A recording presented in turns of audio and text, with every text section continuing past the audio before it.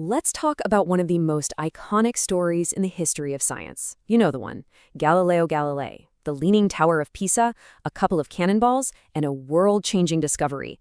It's a fantastic story, but what if the most famous part of it never actually happened? Okay, so let's just dive right in with that pretty massive question.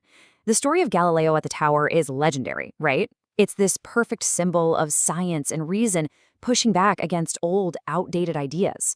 But when you start to peel back the layers of that legend, you find a story that's honestly way more interesting than the one we all think we know. So first, let's just relive the legend itself. The scene is pure drama. You've got this rebellious young professor, a whole crowd of his skeptical colleagues, and he's about to challenge a scientific rule that has been accepted for 2,000 years. It's an epic setup. Picture this. The year is 1591. A young professor, Galileo Galilei, climbs all 8 stories of the Leaning Tower of Pisa. He's on a mission to prove the great Aristotle wrong. For centuries, the thinking was simple. Heavier things fall faster. But Galileo, according to the story, is about to use cold, hard experimental proof to just shatter that idea right in front of everyone. This quote from one of the early tellings of the story just captures the power of the legend, doesn't it? It paints this picture of perfect, undeniable clarity. One dramatic moment, one simple experiment, and boom, a profound truth is revealed. It's the perfect story of a scientific revolution. And that's really the whole point of the legend, right? The sheer impact of it. This wasn't just some boring academic paper. It was a public spectacle designed to land a knockout blow on an ancient belief. It's the tale of one man and one experiment changing the course of science forever. Or so we're told. But, with any story that seems a little too perfect, you have to ask, is it actually true? And this is where we shift from legend to detective work. And we start to see how the whole thing kind of falls apart under scrutiny. So here's the pivot. Did Galileo really do this? Did he really stand up there and drop cannonballs in front of a big crowd? When you start to actually look for proof from that time period, you find nothing. Crickets. And here's Exhibit A for the prosecution. Just look at this timeline. The experiment supposedly happens around 1591, but the very first time anyone writes about it is in 1654.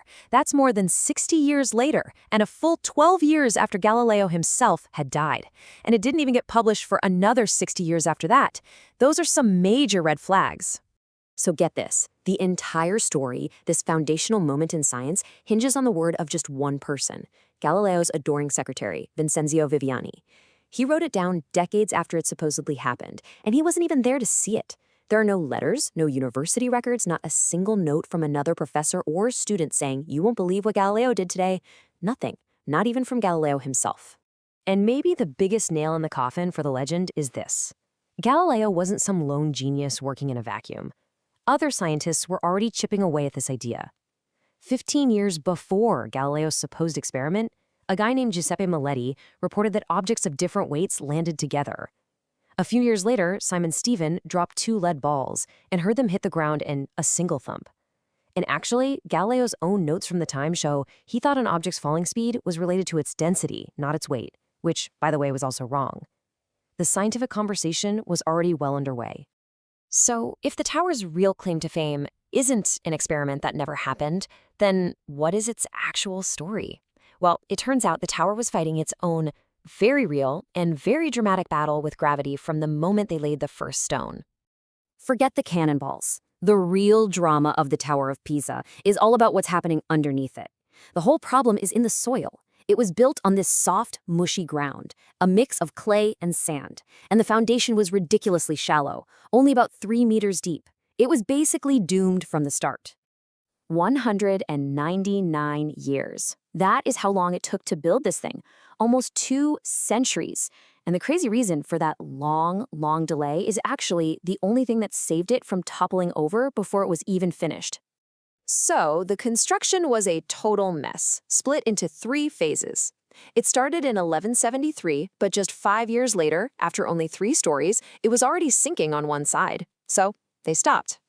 And work didn't start again for almost 100 years, mostly because of wars. Now, that long pause was a huge stroke of luck. It gave the soft soil time to compact under the weight. When they finally started building again in 1272, the engineers tried to correct the lean by making the new floors taller on one side. And that's what gives the tower its famous curve. It's not straight, it's shaped kind of like a banana. Now, the tower's problems didn't end in the Middle Ages. Fast forward to the late 20th century, and the lean had gotten so bad that it was genuinely dangerous. Modern science had to step in, not to prove a philosophical point, but to literally stop this global icon from falling flat on its face. By 1990, the tower had reached a critical tilt of 5.5 degrees.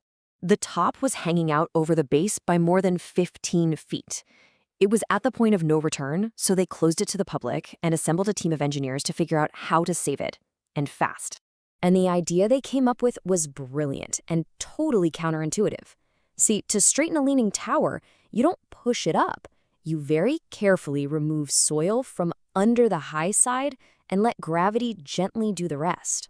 Here's the game plan they used. First, they strapped the tower with massive steel cables as a safety net. Then, they stacked huge lead weights, about 870 tons of them, on the raised north side to stabilize it. After that, they used these special drills to painstakingly suck out about 70 metric tons of soil from underneath that north side. And ever so slowly, the tower began to settle back, straightening itself out.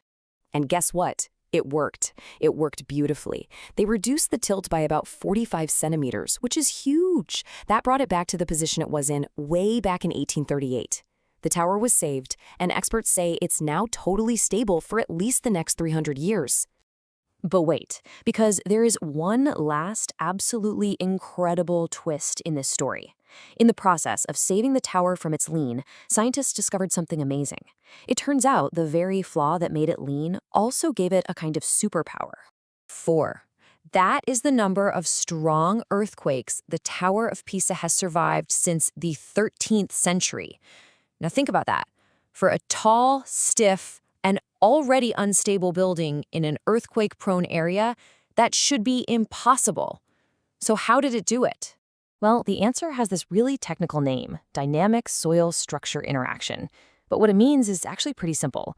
The combination of the tower's height and how rigid it is, mixed with that incredibly soft soil, creates a special effect. When an earthquake hits, the tower doesn't shake violently with the ground. That soft soil acts like a giant shock absorber, cushioning it from the worst of the vibrations. And that is the ultimate irony of the Leaning Tower of Pisa. Its greatest weakness, the terrible, unstable soil that almost brought it down, is also its greatest strength. That flawed foundation is exactly what has protected it from being shaken to pieces by earthquakes for centuries. So, that leaves us with a final thought. The myth of Galileo is a great story. It's clean, it's heroic, it's about a single moment of genius. But the tower's real story, a chaotic 200-year construction, a near disaster, a brilliant rescue mission, and an accidental superpower, well, that story is messy, it's complicated, and I think it's far more remarkable. Which one do you find more inspiring?